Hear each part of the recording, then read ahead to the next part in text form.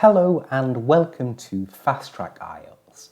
My name is Jordan and I'm one of the OET teachers for doctors, nurses and for pharmacists.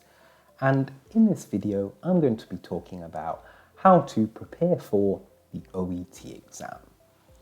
So in another video of ours we gave a bit of an introduction to the test. What is OET?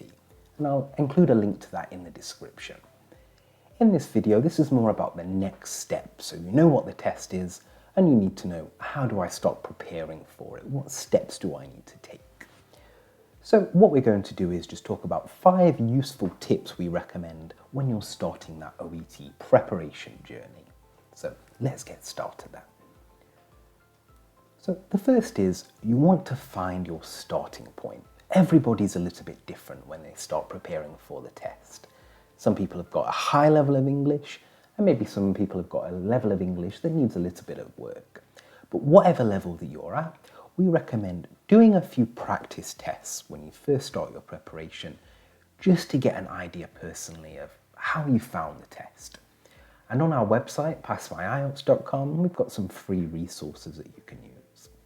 And what we would recommend is just completing one practice test, or even half of a practice test, in each of those 4 areas: reading, writing, listening and speaking.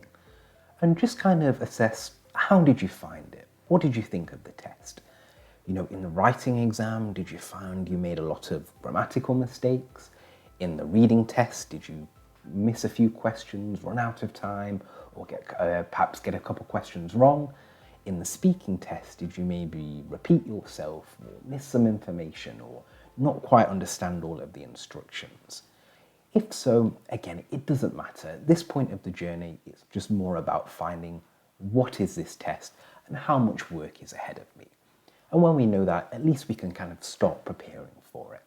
So that first step, that first tip, is to find that starting point and know where we are to begin with. The next step then is to start early, if we can. You know, everybody's a little bit different, you know, and some of us have maybe booked our test, have it very, very soon and not got too long to prepare. Or maybe some of us are just starting the test, and as long as it takes, you know, is how long it's going to be. But if you can, just start as early as you can. You know, generally speaking, we find it can take anywhere from 6 weeks to prepare for OET to even 6 months, you know, if you really want to take your time with it. But as long as you're committed to studying, the more time you have, the better.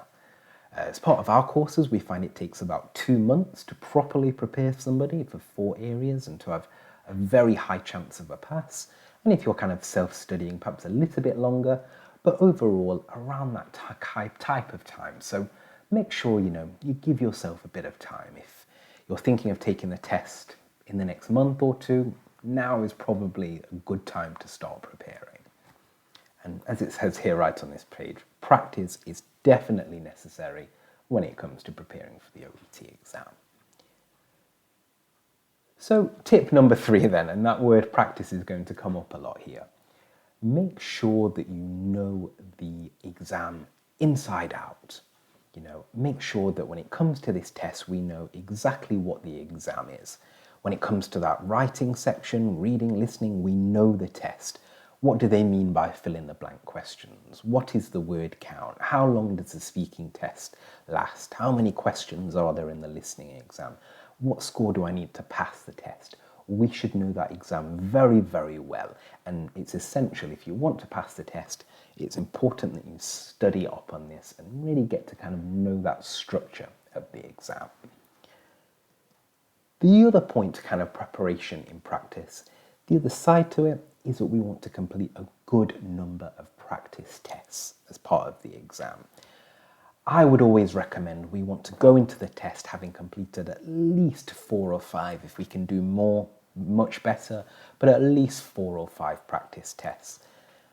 You know, we always say that this kind of general English that we talk about every day, and then this kind of OET English. And the only way to kind of get used to that speed of the test, get used to the techniques, get used to that structure we were talking about in the last tip, is to do a good number of tests. And importantly, as it says at the bottom here, make sure that you are consistently, or if at least once or twice, achieved a pass while at home before booking your test. We would recommend preparing first, getting 90% of there, 95%, and then booking the test, rather than booking it first and having a bit of a rush ahead of us. So kind of get to that point where you're achieving a B grade consistently and then get your test arranged. We want to get it right the first time. Great, perfect. And tip number 5 is to get some advice. And you can ask a friend or another OET student to just have a review through your work, especially in that writing part. And in truth, also in the speaking. It's hard to kind of practice the speaking test by yourself, so kind of having somebody to work with can make sure we're just going in the right direction. We're not making the same types of mistakes again and again. And also, if you'd like advice from one of our expert OET teachers, we also provide advice on our website, passmyielts.com. Fantastic.